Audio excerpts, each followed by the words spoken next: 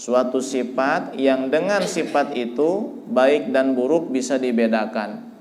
Itulah akal.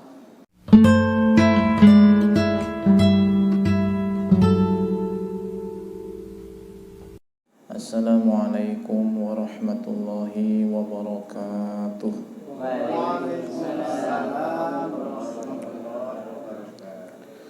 Alhamdulillah. Alhamdulillahilladzi hadana lihadza wa ma kunna linahtadiya laula an hadanallah. Asyhadu an la ilaha illallah wahdahu la syarikalah wa asyhadu anna sayyidana Muhammadan abduhu wa rasuluhu la nabiyya ba'dah.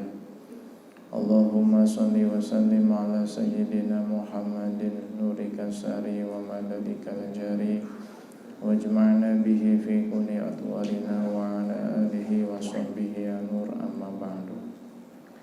Nawaitu ta'alluma wa ta'lim wa tadhakkura wa tadhkir wa naf'a wal intifa' wal ifadata wal istifadah wal hasa ala tamassuki bi kitabillah wa sunnati rasulillah sallallahu alaihi wasallam wa du'a ilal huda wa dalalata alal khair ibtigha wajhillah wa mardatihi wa qurbihi wa thawabihi subhanahu wa ta'ala wa man nawa bihi masyayikhuna wa ma alima Allah subhanahu wa ta'ala min salihin niyat. As'alullah subhanahu wa ta'ala an yaj'alana wa iyyakum minal ulama'il 'amilin al-faizina bi'ilmil yaqin wa 'ainil yaqin wa haqqil yaqin ma'lufi wal afiyah. Allahumma inna nas'aluka ilman nafi'an wa rizqan wasi'an halalan katsiran thayyiban mubarakan wa amalan mutaqabbalan wa waladan sholihan wa umran tawilan wa badanan sahihan wa shifaan min kulli da'in wa saqamin bi rahmatika ya arhamar rahimin. Allahumma inna nas'aluka al-ilma laduni wal mashraba safil hani wa ham ya ghani. Allahumma inna na'udzubika min ilmin la yanfa'u min qalbin la yakhsha wa min nafsin la tashba wa min aynin la tadma wa min da'watin la yustajabu laha. Subhanaka la ilma lana illa ma 'allamtana innaka antal alimul hakim wa tub 'alaina innaka antat tawwabur rahim. Allahumma rzuqna fahman nabiyyin wa hifdzal mursalin wa sur'ata ilhamil muqarrabin. Shalli wa sallim ala sayyidina Muhammadin wa ala jami'il anbiya wal mursalin walhamdulillahi rabbil alamin. Hadirin wal hadirat muslimin dan muslimat rahimani wa iyyakumullah. Alhamdulillah pada malam Rabu ini dengan izin Allah Subhanahu wa taala kita bisa melangkahkan kedua kaki kita menuju majelis ilmu yang mudah-mudahan selalu kita mendapatkan rahmat dan ampunan serta keberkahan Allah Subhanahu wa taala dengan menghadiri majelis ilmu pada malam Rabu ini. Dan terima kasih kepada segenap hadirin hadirat khususnya Bapak Ustadz Dimaskun, Bapak RT yang telah menjembatani terlaksananya pengajian pada malam hari ini. Mudah-mudahan semuanya yang hadir maupun yang tidak hadir selalu diberikan taufik dan hidayah Allah Subhanahu wa taala, diberikan kekuatan iman dan Islam, diwafatkan dalam keadaan husnul khatimah dan dimasukkan ke dalam surga Allah Subhanahu wa taala. Amin ya Allah ya rabbal alamin. Ibu dan bapak yang berbahagia, mari kita membaca suratul Fatihah dulu. Seperti biasa kita khususkan untuk kedua pengarang kitab ini dengan harapan mudah-mudahan kita mendapatkan keberkahan dari kedua kitab yang kita kaji sehingga kita bisa memahaminya, mengamalkannya dan mengajarkannya kepada orang-orang di sekeliling kita. Ila hadratin Nabiyil Mustafa Sayyidina Muhammadin sallallahu alaihi wasallam, summa ila hadrati jami'i sahabati wal qarabati wa tabi'ina wa ila hadrati sahibil kitab تقريرة السديدة الحبيب حسن بن أحمد بن محمد الكاب وإلى حضرة شيخنا حبيب زين بن إبراهيم بن زين بن سميد وشيخنا الحبيب عمر بن محمد بن سالم بن حبيب بن شيخ أبي بكر بن سالم وجميع سادتنا آل أبي أنوي ثم إلى حضرة صاحب الكتاب جوهر التوحيد شيخ إبراهيم اللقاني وأصولهم وفروعهم وجميع المصنف الكتب النافية الإسلامية وإلى أرواح جميع أولياء الله وإلى أرواح آبائنا وأمهاتنا غفر الله لهم ذنوبهم ويعلي درجاتهم وأعاد علينا من بركاتهم وأمطر علينا غيث كراماتهم شيء لله لهم الفاتحة أعوذ بالله من الشيطان الرجيم بسم الله الرحمن الرحيم الحمد لله رب العالمين الرحمن الرحيم مالك يوم الدين إياك نعبد وإياك نستعين اهدنا الصراط المستقيم صراط الذين أنعمت عليهم غير المغضوب عليهم ولا الضالين آمين. Kita lanjutkan kajian yang pertama kitab Jauhar Tauhid, yaitu sampai pada bait yang ke-95. Bismillahirrahmanirrahim. Qala al-musannif rahimahullahu ta'ala wa nafa'ana bihi wa bi ulumi fid dharain. Wal 'aqlu karruhi walakin qarraru fihi khilafan fazuran mafasaru. Di dalam bait yang ke-95 pengarang kitab ini menjelaskan tentang masalah akal.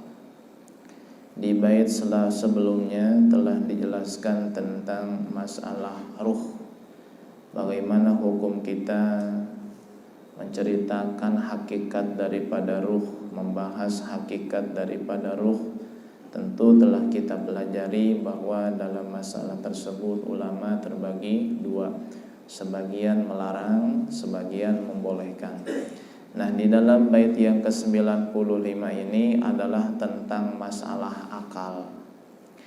Disebutkan wal aqlu karruhi, akal itu seperti ruh. Persamaan yang dimaksud di sini adalah di dalam masalah boleh dan tidak kita menjelaskan, menceritakan, membicarakan hakikat akal, hakikat daripada akal. Maka kata para ulama, akal itu seperti ruh. Artinya sebagaimana para ulama terbagi dua pendapat di dalam masalah boleh dan tidaknya membicarakan, memperdalam hakikat daripada ruh, pun demikian tentang masalah akal. Ulama pun terbagi dua. Ada yang mengatakan tidak boleh kita membicarakan hakikat daripada akal, ada yang mengatakan boleh. Sebagaimana perbedaan pendapat ini terjadi antara masalah ruh ya, antar ulama di dalam masalah ruh. Nah, pendapat yang paling utama adalah yaitu al-waqfu, tidak membicarakan hakikat daripada akal.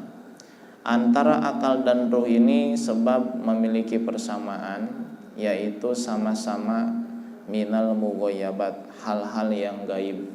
Sementara hal yang gaib itu ya kita hanya sebatas apa yang disampaikan oleh Allah dan Rasul saja. Karena yang mengetahui hal yang gaib secara mutlak hanya Allah Azza wa Jalla dan beberapa manusia-manusia pilihan Allah yang memang diizinkan oleh Allah untuk mengetahui hal-hal yang gaib tersebut. Sedangkan orang yang tidak diberikan pengetahuan tentang hal yang gaib, maka mereka tidak memiliki ilmu tentang yang gaib meskipun sedikit, kecuali hanya sebatas apa yang telah diajarkan oleh Allah kepada Rasul Shallallahu Alaihi Wasallam atau kepada sebagian hamba-hambanya yang soleh, kekasih-kekasih Allah Subhanahu wa taala. Akal itu sendiri kalau secara bahasa maknanya adalah al-man'u, mencegah, ya, mencegah, menghalangi dan lain sebagainya. Sedangkan menurut istilah, nah disinilah terjadi perbedaan pendapat. Bagi yang mengatakan akal itu seperti ruh dalam masalah boleh dan tidaknya kita membicarakan hakikatnya, maka kalau kita mengikuti ulama yang kedua yang mengatakan bahwa akal itu boleh dibicarakan hakikatnya, maka para ulama pun berbeda pendapat tentang definisi akal itu sendiri. Sebagian ulama mengatakan bahwa akal itu adalah al-ilmu bi ba'dil ulumid daruriyati. Akal adalah mengetahui sebagian ilmu daruri. Ilmu itu ya ada dua model, ada ilmu nazari, ada ilmu daruri. Ilmu nazari adalah ilmu yang dihasilkan melalui pemikiran. Ya, seperti halnya 1928 dikali 10 dikali 12 berapa? Nah, itu kan harus mikir dulu. Nanti hasilnya ketemu, itulah ilmu nazari. 12 dikali 15 dikali 16 dikurang 7 berapa? Nah, nanti hasilnya itulah ilmu nazari. Beda hanya dengan 1 tambah 1 berapa? 2. Dari mana Anda tahu 2? Spontan. Itu namanya ilmu daruri. Jadi ilmu yang langsung kita tahu secara spontan itu ilmu daruri namanya. Ilmu yang butuh dengan pemikiran, renungan, itu namanya ilmu nazari. Jadi bisa dikelompokkan jenis ilmu ya secara umum, ada ilmu nazari, ada ilmu daruri. Seperti halnya kita mengetahui bahwa yang namanya jirim itu pasti menempati ruang kosong. Ya, yang namanya jirim, tahu jirim ya? Jirim ya sesuatu yang berfisik, ya. Kayak kita manusia kan jirim, ya. Gelas jirim, mobil jirim, motor jirim, semuanya jirim, ya. Yang namanya jirim itu bertahayuz, menempati ruang kosong. Benar nggak? Setiap jirim apapun itu pasti bertahayuz atau menempati ruang kosong. Dari mana kita mengetahui bahwa jirim itu pasti menempati ruang kosong? Jawabannya spontan. Spontan, tanpa kita merenung, tanpa kita berpikir, tanpa kita menghayal, tanpa kita menggambarkan di dalam benak kita, tidak perlu. Secara spontan kita paham yang namanya jirim menempati ruang kosong. Itu ilmu daruri namanya. Nah, pengetahuan kita tentang ilmu daruri itu disebut akal oleh sebagian ulama. 2 tambah 2, 4. Kita tahu 2 tambah 2 itu 4, itu adalah akal. Jadi sesuatu yang kita ketahui secara spontan itulah disebut akal. Mengetahui sesuatu secara spontan itu disebut akal menurut sebagian ulama, ya. Sedangkan kata Imam Syairozi bahwa yang namanya akal itu adalah sifatun yumayyazu biha bainal husni atau bainal hasani wal qabihi. Akal itu adalah suatu sifat yang dengannya baik dan buruk bisa dibedakan. Suatu sifat yang dengan sifat itu baik dan buruk bisa dibedakan. Itulah akal, ya. Ngaji dengan tidur, baik mana? Ngaji. Dari mana kita tahu bahwa ngaji itu lebih baik daripada tidur? Dari mana? Akal yang menuntun kita. bahwa ada kehidupan setelah akhirat. Jadi kita dikasih tahu oleh agama, kemudian akal kita mencerna, menimbulkan suatu kesimpulan bahwa ngaji lebih utama daripada tidur. Ya. Antara baik dan buruk, sodakoh, membantu orang lain dengan berzina, baik mana? Membantu orang lain, sodakoh. Kenapa kita bisa membedakan itu? Karena ada akal. Antara mengenakan pakaian secara syar'i tertutup aurat dengan membuka aurat, tentu lebih baik menutup aurat. Dari mana itu kita tahu? Dari akal. Meskipun kadang ada tuntunan syariat di dalamnya. Tapi tatkala tidak ada tuntunan syariat pun, akal ini kalau sehat, dia bisa membedakan mana baik, mana buruk. Itulah definisi akal yang sebenar-benarnya menurut Imam Syirazi. Maka banyak di dalam Quran disebutkan bahwa orang yang memilih kehidupan dunia daripada kehidupan akhirat, orang yang bermaksiat, durhaka kepada Allah Azza wa Jalla, mereka adalah orang yang tidak berakal. Apa hikmahnya Allah menyatakan mereka itu tidak berakal sedangkan kadang mereka itu adalah orang pintar? Sebab yang namanya akal akan menuntun mereka bisa membedakan mana yang hak, mana yang batil, mana yang baik, mana yang buruk. Akal yang menuntun mereka. Kalau akalnya itu tidak terkontaminasi oleh paham-paham yang lain, tidak terkotori oleh aliran-aliran yang sesat, akal yang murni, akal gorizi dari Allah, akal tabiat, ya, akal yang masih natural, dia akan bisa membedakan dengan akal tersebut mana baik mana buruk. Karena itulah definisi akal menurut Al-Imam Syirazi. Dan dengan definisi ini kita bisa memahami bahwa yang namanya seseorang yang memiliki akal itu, dia akan bisa membedakan mana yang baik, mana yang buruk. Ya, seseorang yang punya tenaga, dia masih muda, ya, dia tentu akan bisa membedakan apakah menganggur lebih baik ketimbang bekerja. Dia akan bisa membedakan tanpa mungkin ada orang lain yang mengarahkan, tanpa ada yang menasihati. Dengan akalnya sendiri dia bisa mengambil kesimpulan bahwa bekerja lebih baik ketimbang menganggur. Dari mana dia bisa tahu itu? Dari adanya akal. Jadi akal itu kata Imam Syirazi adalah suatu sifat yang dengan sifat itu hal yang baik dan buruk bisa dibedakan. Sedangkan menurut sebagian ulama, akal itu adalah nurun ruhaniyun bihi tudrikun nafsul ulumad daruriyata wan nadhariyata. Akal itu adalah cahaya ruhani, cahaya yang bersifat gaib di dalam diri kita. Yang dengan cahaya itu kita bisa mengetahui ilmu yang sifatnya daruri, ilmu yang spontan, dan ilmu yang nadhari, ilmu yang hasil daripada renungan dan pikiran. Kita mengetahui adanya dingin, itu kan spontan. Ketika ada hembusan angin, kita merasa dingin. Kita merasakan ini makanan enak, manis, pahit, ini asam, ini kecut, minuman, ini lezat, ini tidak. Itu kan spontan. Itu karena ada akal.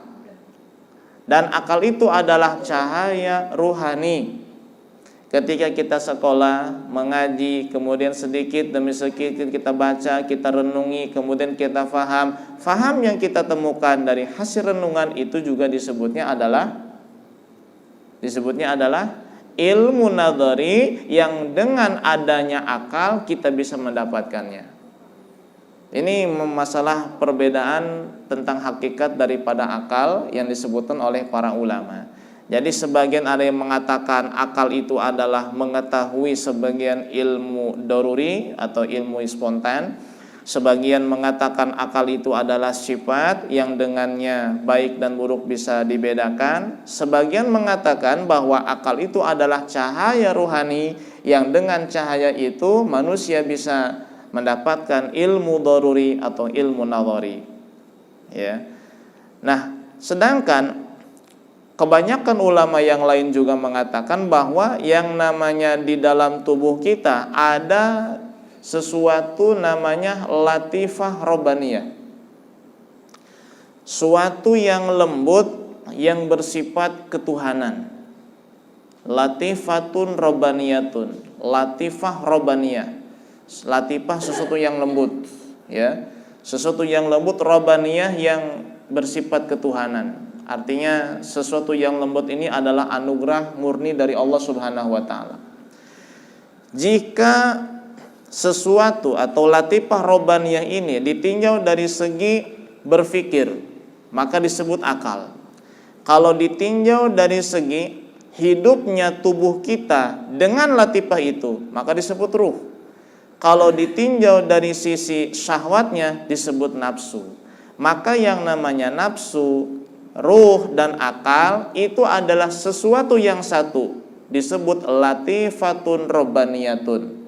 Suatu hal yang lembut di dalam tubuh kita yang bersifat gaib, yang bersifat ketuhanan, artinya murni mutlak anugerah dari Allah Subhanahu wa taala yang kalau dilihat dari sisi berfikirnya disebut akal.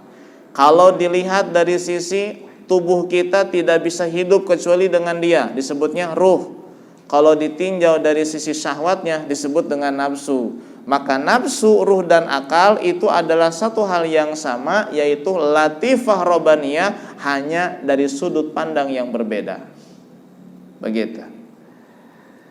Nah, ini kan udah mulai kemana-mana nih, ya. Definisi yang merambah kemana-mana kadang bikin seseorang bingung, ya. Lantas akal itu apa dong? Ya, akal itu adalah sesuatu ciptaan Allah yang ada di dalam tubuh manusia, begitu. Adapun hakikatnya tadi, maka kenapa ada ulama yang mengatakan udah nggak usah Anda membicarakan masalah akal, udah cukup Anda percaya akal itu ada. Cuman kan orang kadang nggak puas dengan statement semacam itu, apalagi orang zaman sekarang yang sifatnya kritis, ya, ingin tahu terus, nanya terus, akhirnya ya terpaksalah ada ulama yang mengatakan bahwa akal itu bisa kita sampaikan hakikatnya seperti apa, tapi toh ternyata hakikat daripada akal itu sendiri ulama berbeda pendapat dalam penyampaiannya. Baik, kalau kita memang sudah percaya akal itu ada dalam tubuh kita, baik dengan definisi akal itu adalah sifat yang dengannya kita bisa membedakan mana baik mana buruk, atau akal itu adalah cahaya ruhani, atau akal adalah latifah robbani, atau akal adalah mengetahui ilmu yang sifatnya spontan. Baik, di mana tempatnya akal? Nah, para ulama pun berbeda pendapat. Sebagian ulama mengatakan akal itu tempatnya di dalam hati. Sebagian lagi mengatakan akal itu tempatnya di otak. Ada yang mengatakan di otak, ada yang mengatakan di dalam hati. Tapi dari dua pendapat ini, pendapat yang paling tepat adalah pendapat yang pertama, yaitu tepatnya di dalam hati. Sebagaimana ini adalah yang diambil oleh Al-Imam Syafi'i dan Imam Malik serta mayoritas ulama ahli tauhid mengatakan bahwa akal itu tempatnya di dalam hati. Hanya saja akal ini memiliki cahaya yang nyambung ke otak. Ya. Jadi akal itu di dalam hati. Kemudian akal ini punya cahaya yang langsung terkoneksi ke otak. Sehingga kalau otaknya bermasalah, cahaya akal itu tidak nyambung ke otak, maka kita tidak bisa berpikir. Ya, maka kita tidak bisa memahami ini dan itu. Kenapa? Karena otaknya bermasalah. Tapi bukan karena akal itu di dalam otak, tidak. Otak adalah satu organ tubuh di dalam manusia, sedangkan akal itu bukan organ tubuh. Akal itu yang sama seperti ruh, sesuatu yang sesuatu yang nempel di dalam tubuh manusia, tapi bukan berupa organ tubuh, bukan berupa darah, bukan berupa daging, tapi berupa sesuatu yang sifatnya itu gaib. Akal itu sifatnya gaib. Sepintar apapun orang di zaman sekarang tidak mampu membuktikan seperti apa itu akal. Nggak bisa, Pak. Mereka hanya sebatas mungkin otak kanan, otak kiri, bagaimana cara supaya otak kanan ini sehat, otak kiri ini sehat, ada olahraga otak. Itu hanya organ tubuh, tapi bukan tentang akal. Ya. Karena akal itu sifatnya apa? Gaib. Sebagaimana ruh. Maka wajar dikatakan tidak perlu kita menceritakan tentang hakikat daripada akal, karena akal itu sifatnya ghaib. Sifatnya ghaib. Sedangkan yang ghaib itu ya sebatas apa yang telah disampaikan oleh Allah dan Rasulullah sallallahu alaihi wasallam.